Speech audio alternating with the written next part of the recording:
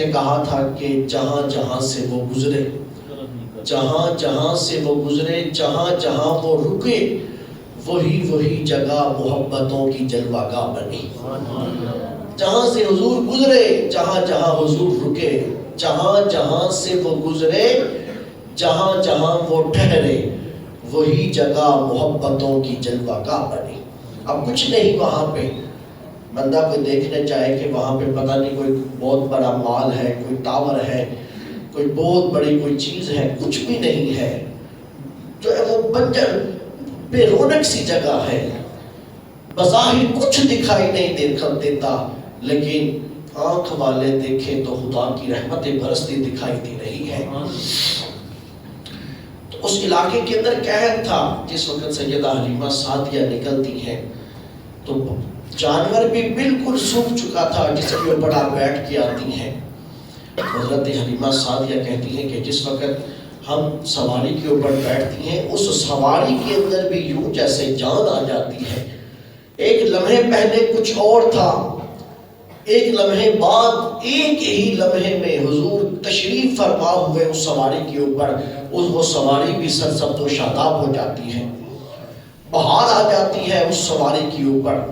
حضور کا پیکر اقدس سراپا آپ کا وجود اقدس سراپا برکت ہی برکت ہے۔ فرمایا کہ پھر دل کے اندر خیال آیا، نہ جانے مکے کب آنا ہے، تو زندگی کہیں بے وفائی نہ کر جائے، تو چلو یوں کریں کہ چلتے چلتے کعبے کا طواف ہی کر لیں۔ تو حضرت حارث جو سیدہ حلیمہ سعدیہ کے شوہر ہیں، آپ کو نام آنا چاہیے اور یاد رکھنا چاہیے آپ کو کہ ان کا نام حضرت حارث تھا۔ تو حضرت حلیمہ سعدیہ نے کہا کہ حارث کہیں زندگی بے وفائی نہ کر جائے، کعبے کا طواف کر لیں، نہ جانے کب واپس آنا ہے۔ تو حضرت حارث کہنے لگے کہ کیوں نہیں حلیمہ۔ تو سواری سے اترتے ہیں، سیدہ حلیمہ سعدیہ نے بھی طواف کیا، حضرت حارث نے بھی طواف کیا۔ سیدہ حلیمہ سعدیہ کریم آقا علیہ السلام کو اپنی گود میں اٹھایا ہوا ہے، اور اسی کیفیت کے ساتھ جولی میں اٹھا کے سیدہ حلیمہ سعدیہ حضور کو کعبے کا طواف کروا رہی ہے۔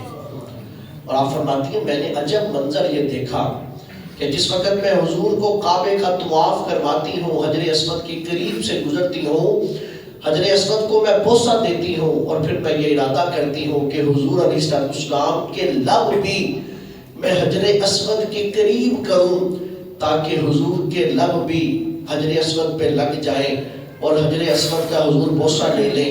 لیکن فرمایا آپ کہتی ہیں کہ میں نے یہ دیکھا کہ جیسے میں حضور کو حجر اسود کے قریب کرتی تھی، تو حجر اسود مجھے سرکتا ہوا حضور کی طرف خود ہی دکھائی دے رہا تھا۔ حجر اسود خود ہی حضور کی طرف بڑھتا ہوا دکھائی دے رہا تھا، کہ گویا کہ وہ حجر اسود ہی حضور کے لبوں کو بوسہ دینا چاہ رہا ہے۔ اور وہ ایسے لب لگے حضور کے حجر اسود کی اوپر، رہتی دنیا تک آج وہ پتھر ہی ہے، اور تو کچھ بھی نہیں ہے تو وہ صرف پتھر ہی، لیکن دنیا اس کے اوپر چپڑتی ہے، لپٹتی ہے کہ ہمیں ایک موقع مل جائے حجر اسود کا بوسہ لینے کا۔ کیوں سامعین محترم، سیدنا فاروق اعظم رضی اللہ تعالیٰ عنہ کھڑے ہیں حجر اسود کے سامنے اور کہنے لگے اے حجر اسود، ہم نے کعبے میں سے بہت سارے پتھر اٹھا کے باہر پھینک دیے، تو تو بھی تو ایک پتھر ہی ہے، تجھے بھی اٹھا کے ہم باہر پھینک دیتے، لیکن صرف تجھے اس وقت اس وجہ سے چومتے ہیں کہ تیرے پہ میرے مصطفیٰ نے اپنے لب رکھے ہیں، صرف اس وجہ سے چومتے ہیں۔ کسی نے کہا تھا کہ تیری نسبت نے سوارا میرا انداز حیات، آقا یا رسول اللہ میں تیرا نہ ہوتا تو سجے دنیا ہوتا۔ اس حجر اسود کو آج دنیا چوم رہی ہے، 14 صدیوں سے چوم رہی ہے۔ کیوں چوم رہی ہے؟ کہ اس حجر اسود کو میرے اور آپ کی آقا مولا نے بوسہ دیا ہے۔ اور کسی نے کہا تھا، لوگوں نے دیکھا مجنو کو، اور وہ مجنو جو ہے وہ لیلا کی گلی میں سے کتا گزرا اور اس کے جو ہے وہ پاؤں چوم رہا تھا، تو لوگوں نے کہا کہ مجنو عجیب پاگل آدمی ہے، کتے کے پیر چومتا ہے۔ تو اس نے کہا کہ تمہاری نظریں یہ دیکھ رہی ہیں کہ میں کتے کے پیر چوم رہا ہوں، لیکن تم میری نظر سے دیکھو تو میں یہ دیکھ رہا ہوں کہ لیلا کی گلی میں سے گزر کے آیا ہے، لیلا کی گلی میں سے گزرا ہے۔ سامعین محترم، ہے تو وہ بھی ایک پتھر ہی ہے، لیکن ہم کیوں چومتے ہیں؟ اس لیے کہ اس پتھر پہ میرے مصطفیٰ کے لب لگے ہیں، میرے مصطفیٰ کے ہونٹ لگے ہیں، اس لیے ہم اس پتھر حجر اسود کو بوسہ دیتے ہیں۔ سیدہ حلیمہ سعدیہ کہنے لگی میں حضور کو قریب کرتی، لیکن دیکھ کے عجب حیرانگی ہوتی کہ وہ پتھر ہی اپنی جگہ سے سرکتا، اور گویا کہ زبان حال سے کہتا تھا کہ حلیمہ سعدیہ اسے میرے قریب نہ کر، میں اس کے قریب ہو کے اس کے بوسے لیتا ہوں۔ آپ نے طواف مکمل کیا، اپنی سواری کے اوپر تشریف فرما ہوئے اور وہ سواری کو قبیلہ بنو سعد کی طرف روانہ کر لیا۔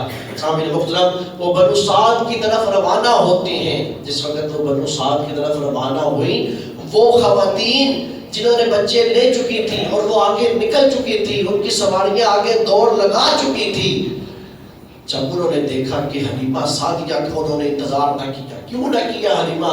اس وجہ سے کہ آتے ہوئے حضرت حلیمہ سعدیہ کی سواری نے انہیں از حد پریشان کیا کہ وہ رک رک کے حلیمہ کا انتظار کرتے تھے۔ حلیمہ کی سواری چلتی ہی بڑی ایسا تھی، ایسا ایسا وہ سواری چلتی تھی۔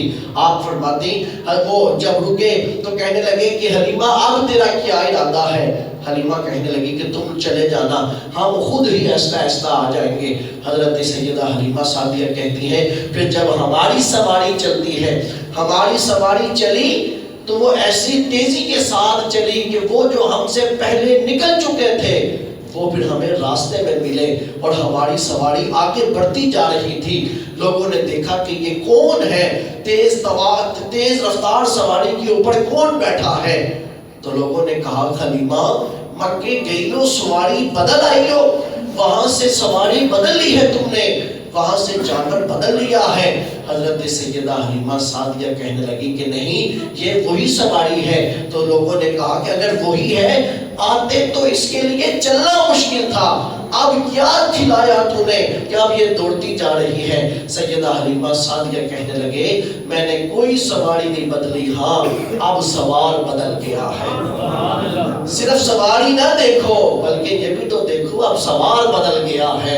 اب جو سوار آگے بیٹھ گیا ہے وہ ہے جس کا وجود اقدس سراپا برکت ہی برکت ہے، اور وہ آپ تشریف فرما ہوئے اسی سواری کے اندر ایسی جان آتی ہے اور وہ سواری دوڑتی ہوئی دکھائی دیتی ہے۔ سیدہ حلیمہ سعدیہ کہتی ہیں، حضرت حارث کہنے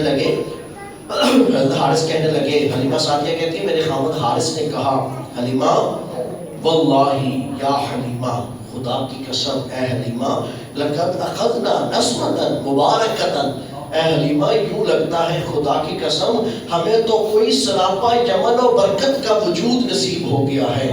تو حلیمہ سعدیہ کہنے لگی کہ حارث تو نے سچ کہا ہے، جو وجود ملا ہے ہمیں اللہ نے یہ سراپا برکتوں والا وجود عطا کیا ہے۔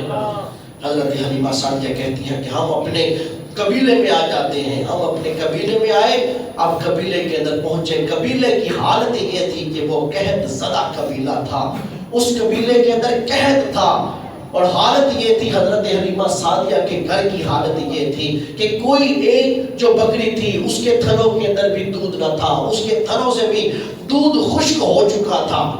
فرمایا کہ لیکن میں نے یہ دیکھا کہ جس وقت جیسے ہی حضور نے قبیلہ بنو سعد کے اندر قدم رکھا، فرمایا کہ وہ پوری وادی سرسبز و شاداب ہو گئی، وہ جو قحط تھا، وہ جو بنجر تھی زمین، وہ جو خشک سالی تھی، خزاں آ چکی تھی، حضور کے قدم رکھے بہار آ گئے، تنکا جو خشک ہو چکا تھا ایک ایک ذرے کے اوپر اللہ نے بہار عطا کر دی۔ سامعین محترم، خود سیدہ حلیمہ سعدیہ فرماتی ہے میرے گھر کی حالت یہ تھی کہ وہ بکری جو ایک وقت کا دودھ نہیں دے سکتی تھی، اب اس کی حالت یہ ہے کہ اس کا دودھ دویا، اس کی کھیڑی کے اندر دودھ تھا، ہم نے ہاتھ رکھا اتنا دودھ آیا کہ ہمارے گھر کے سارے برتن ہی بھر جاتے ہیں۔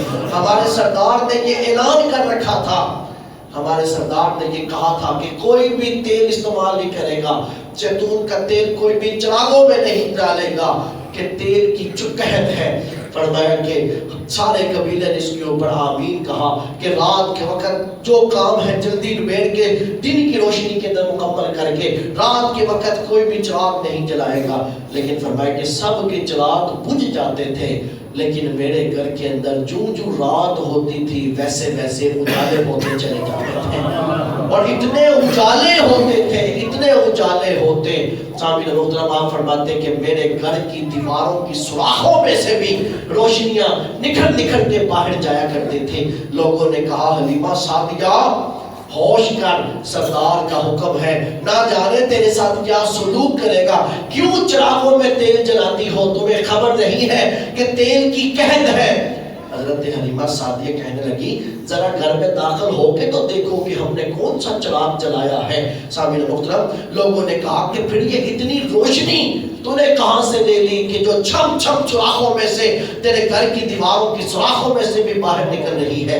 حضرت حلیمہ سعدیہ نے کہا ارے جب سے ہم کملی والے کو اپنے گھر میں لے کے آئے ہیں اس وقت سے ہمیں کوئی چراغ جلانے کی ضرورت ہی محسوس نہیں ہوئی ہے، ہم نے تو کبھی چراغ جلایا ہی نہیں ہے جب سے کملی والا ہمارے آنگن کے اندر آیا ہے. سامعین محترم، یہ تو حلیمہ سعدیہ کے آنگن میں پورا حضور کا وجود اقدس تھا، جس کی رعنائیاں یہ تھی، جس کی برکتیں یہ تھی. ذرا ادھر بھی نگاہ ڈالیے. حضور نے حضرت صدیقہ کائنات کو صرف اپنے دندان مبارک کا معجزہ دکھایا، صرف دندان مبارک کا. کس طرح حلیمہ حضرت صدیقہ کائنات سیدہ عائشہ صدیقہ سلام اللہ علیہا گزری سی رہی ہے، آپ کے ہاتھوں سے سوئی جا گرتی ہے زمین کے اوپر. آپ نے سوئی تلاش کی، حضور نے فرمایا عائشہ کیا تلاش کرتی ہو؟ عرض کیا آقا یا رسول اللہ میں سوئی تلاش کر رہی ہوں لیکن سوئی نہیں مل رہی. حضور آپ سیدہ صدیقہ کائنات کہتی ہیں حضور مسکرائے. جب حضور مسکرائے تو میں نے حضور کے دندان مبارک دیکھے. سامعین محترم، ذرا چشم تصور میں آؤ. حضرت صدیقہ کائنات کہتی ہے حضور کے دندان کا بڑا حسن تھا، اتنا حسن تھا. اللہ تعالیٰ مجھے آپ کو حضور کا دیدار نصیب کرے. سامعین محترم، آپ فرماتے تھے صحابہ کہتے ہیں کہ حضور کے سامنے والے جو دو دندان مبارک تھے، جو دو دندان مبارک تھے، ان دو دندان مبارک کے درمیان ذرا سا خلا تھا، ذرا سا خلا تھا، اور دوستو وہ آپ کے حسن کے اندر اضافہ کر رہا تھا. اور فرمایا کہ احد کے میدان کے اندر حضور کا دندان مبارک شہید ہوئے تو اسی دندان کا ایک کونا ذرا سا شہید ہوا. وہ جو شہید ہوا اس کے ساتھ حضور کا حسن اور بڑھ گیا، اور حضور کا حسن بڑھ گیا. صدیقہ کائنات کہتی ہیں کہ جب حضور مسکرائے، حضور کے دندان مبارک ظاہر ہوئے تو حضور کے دونوں دانتوں کے درمیان جو ذرا سا خلا تھا اس میں سے اتنی روشنی نکلی، اتنی روشنی نکلی، میرا آنگن سارا جگمگا اٹھا. اور اتنا میرا آنگن جگمگایا کہ جو میری سوئی گم ہو چکی تھی میں نے اسی روشنی کے اندر تلاش کر لی تھی، اسی روشنی میں میں نے تلاش کر لی تھی. سامعین محترم، کہ وہ سراپا نورو جو ہے وہ نور کا منبع تھا، جہاں سے روشنیاں پھوٹتی تھی، جہاں سے کائنات عالم کو نور ملا، وہ ذات میرے اور آپ کی آقا و مولا کی ذاتی اقدس ہے. فرمایا کہ صدیق حضرت حلیمہ سعدیہ کہنے لگی کہ میں نے تو کبھی آج تک جب سے حضور میرے گھر تشریف لائے ہیں میں نے تو آج تک دیکھا ہی نہیں، ہمیں کبھی ضرورت محسوس نہیں ہوئی کہ ہم نے کبھی چراغوں کے اندر تیل ڈالنے کی کبھی زحمت بھی کی ہو، کبھی چراغ جلائے بھی ہو، ہم نے تو کبھی کوشش ہی نہیں کی. ہمیں ضرورت محسوس نہیں ہوتی تھی کہ گھر کے ذرے ذرے کے اندر خدا نے نور کے فوارے چھوڑ دیے تھے، نور کی شعائیں اللہ نے ہمیں عطا کر دی تھی. پھر آپ فرماتے کہ میں جیسے جیسے دن گزرتا تھا، جو دن گزرتا حضور علیہ السلام کے معجزات کا اپنی آنکھوں سے میں مشاہدہ کرتی. فرمایا کہ میری حضور علیہ السلام تشریف فرما تھے، حضور علیہ السلام میری گود میں تھے.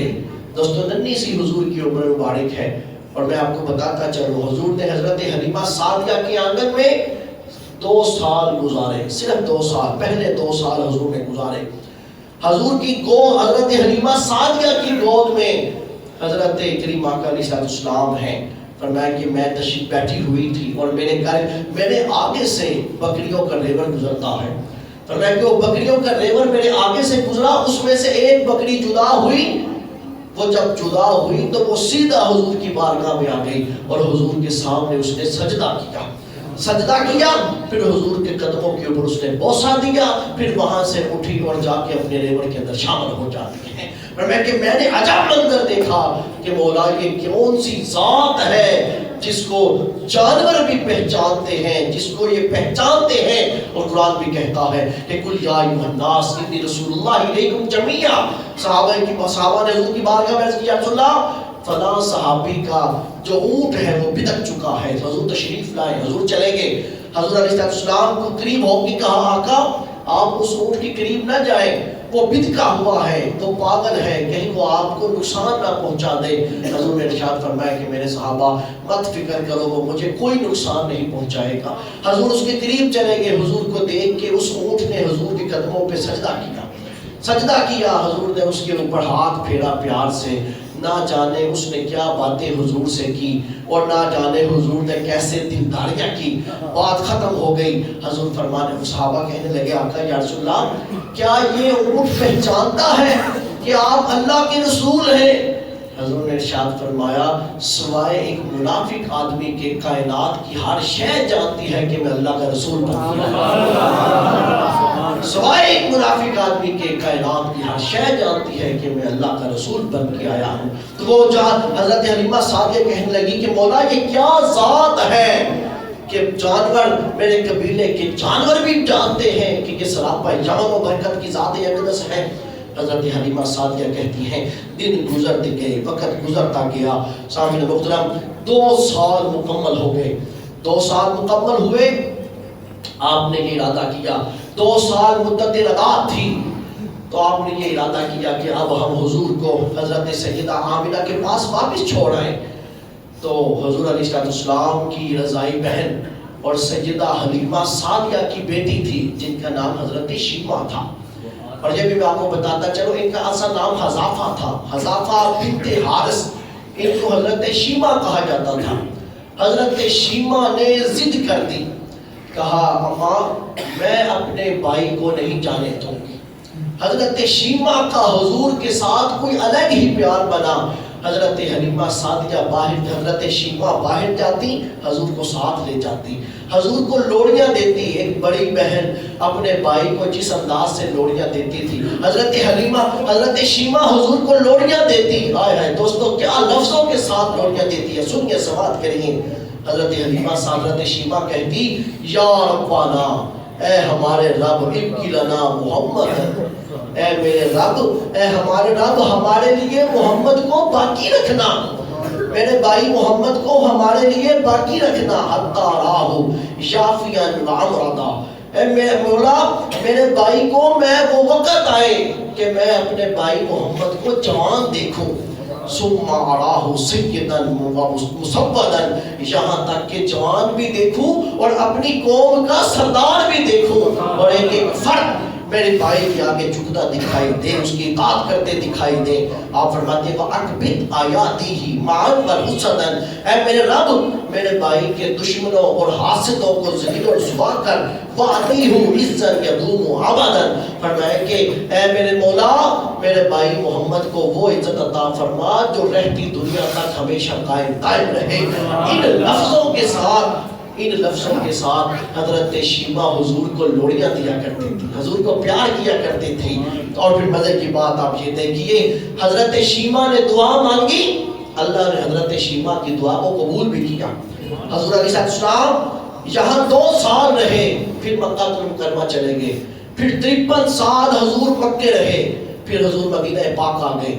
مدینہ پاک میں سن 8 ہجری کے اندر حضور نے مکہ فتح کیا۔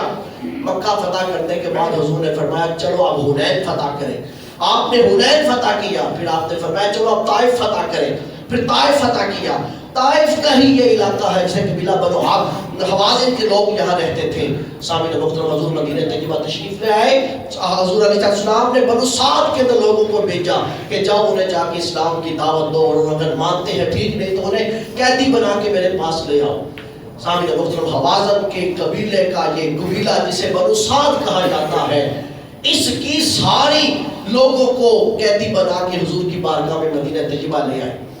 تو حضرت شیمہ کہتی ہے کہ جس وقت قیدی بنا کر لایا گیا تو اس حضور کے صحابہ نے میرے پہ سختی کی کسی قسم کی کوئی سختی کی کہ تو آگے چل، جلدی چل، تو حضرت شیما کہنے لگے میرے پہ سختی نہ کرو، میں دیکھ رہی ہوں تم مجھے نہیں جانتے، میرے پہ سختی نہ کرو، میں تمہارے نبی کی بہن ہوں۔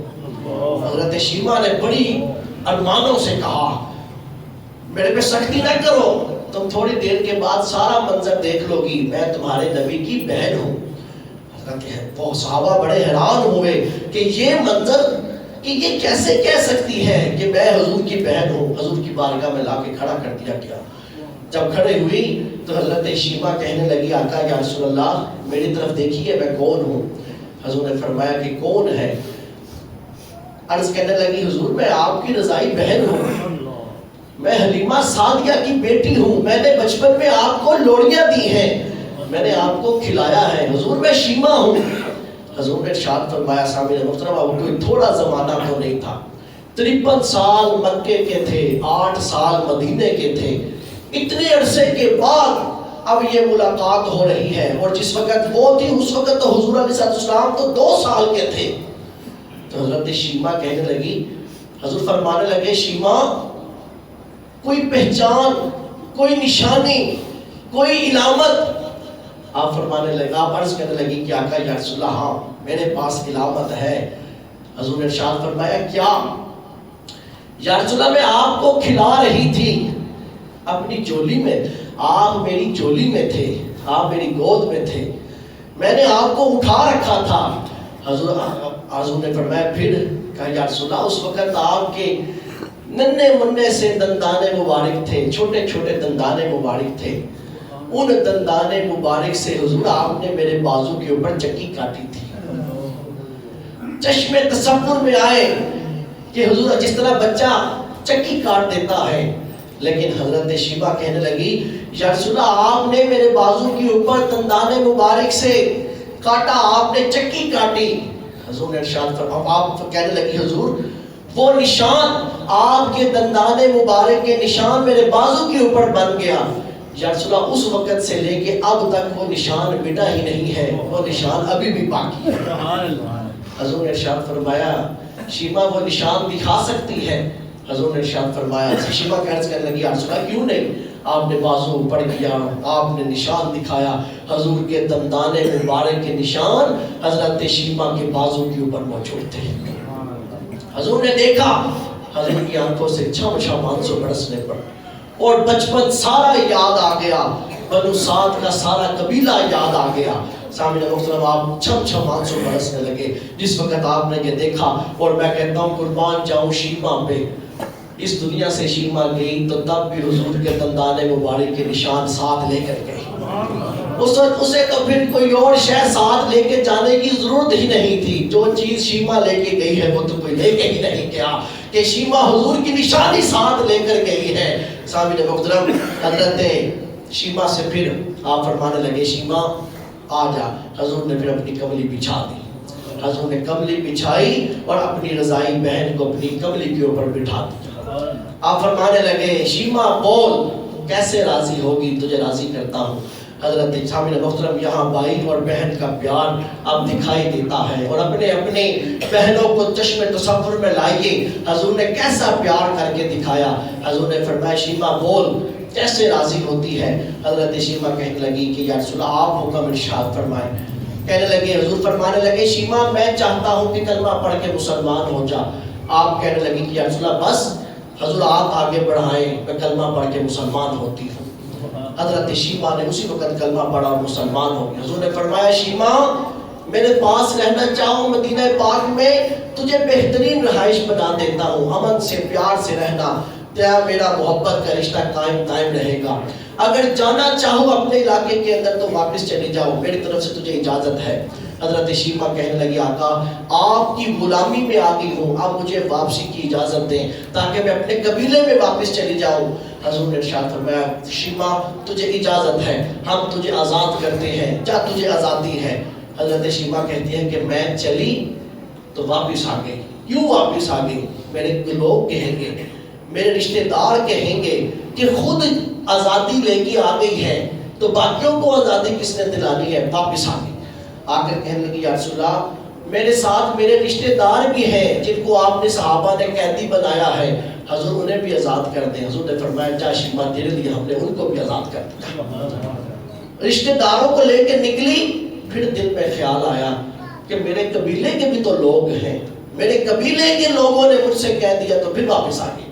عرض کی یا رسول اللہ میرے قبیلے کے بھی لوگ ہیں جو وہ کیا کہیں گے کہ خود آزاد ہو آئی، اپنے رشتہ داروں کو آزاد کر آئی، میرا علاقہ پیچھے رہ گیا، یا رسول اللہ میرے علاقے کے لوگوں کو بھی آزاد فرما دیں۔ حضور نے فرمایا شیما جا، میں تجھے تیرے صدقے میں تجھے آزاد کیا، تیرے رشتہ داروں کو آزاد کیا، جا سارے علاقے کو لے جا، ہم نے سب کو آزاد کر دیا۔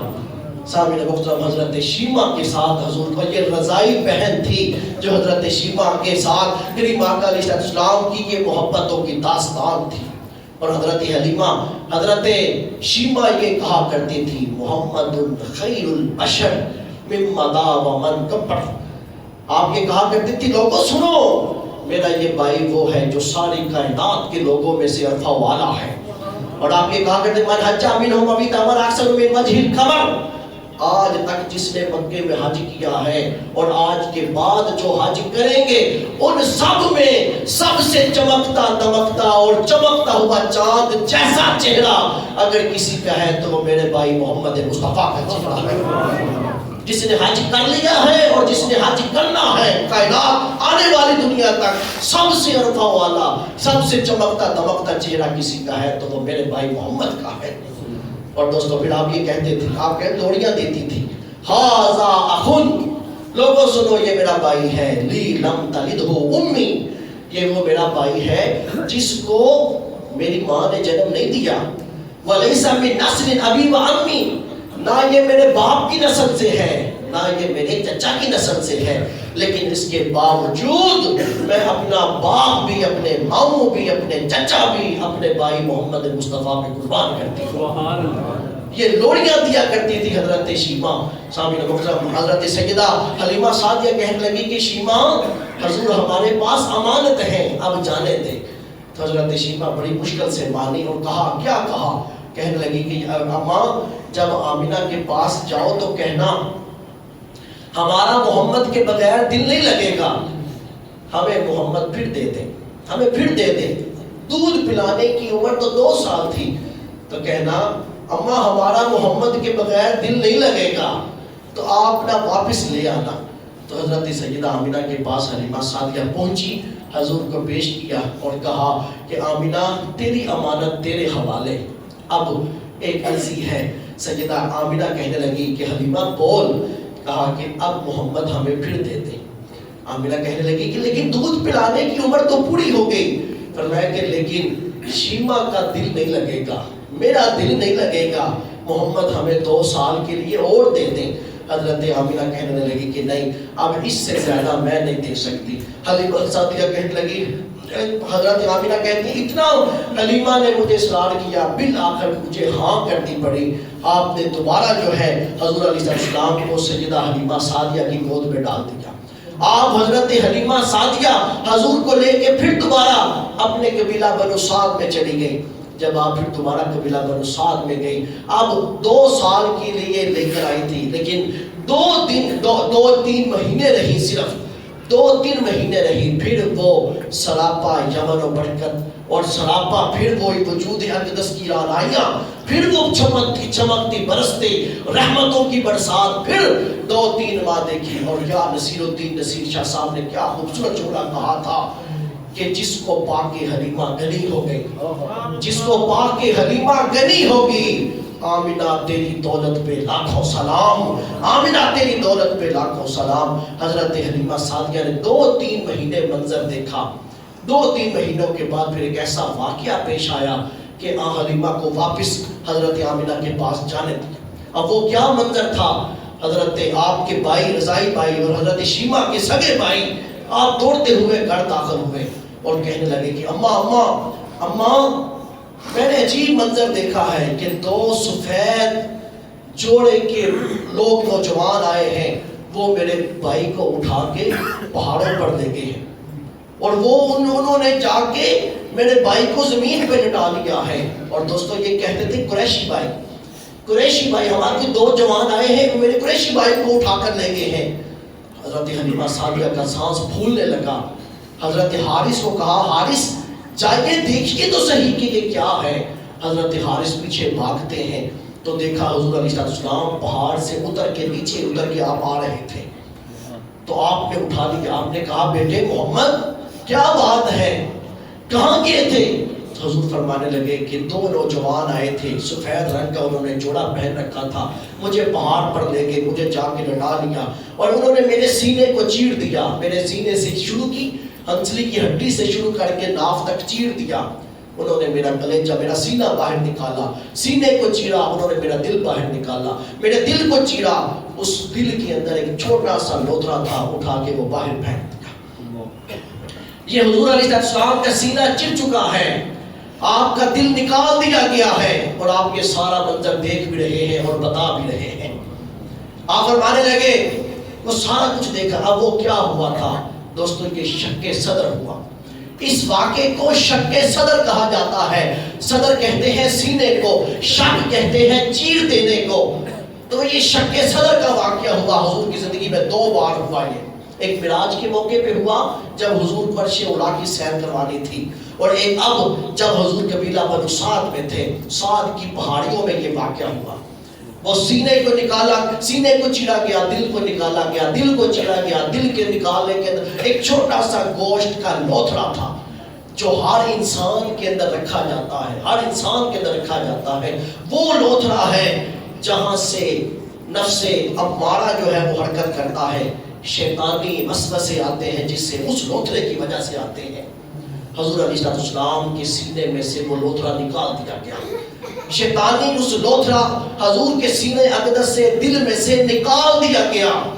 سامنے اس کو بند کر دیا گیا, پھر سینے کو بند کر دیا گیا. حضور پہاڑی سے اتر رہے تھے, حضرت حارث نے دیکھ لیا. اب یہاں سوال یہ پیدا ہوتا ہے کہ حضور کے جسم اقدس میں دل میں وہ لوتھڑا رکھا کیوں گیا, اور اگر اسے وہ رکھنا ہی تھا تو پھر اس کو نکالا کیوں گیا؟ یا تو رکھتے ہی نہ, رکھا بھی گیا پھر اس کو نکالا بھی گیا. آخر اس کی وجہ کیا ہے؟ سامعین محترم, رکھا اس لیے گیا تاکہ حضور کی بشریت مکمل ہو جائے, کیونکہ ہر بشر کے اندر وہ رکھا جاتا ہے.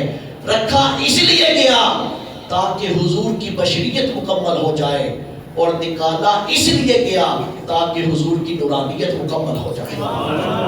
رکھا اس لیے گیا کہ بشریت مکمل ہو, اور نکالا اس لیے گیا تاکہ حضور کی نورانیت مکمل ہو. اس سے آگے چلو کو وقت زیادہ لگے گا, اس سے آگے اگلے جمعے میں اللہ ہمیں حضور کی محبت عطا فرمائے.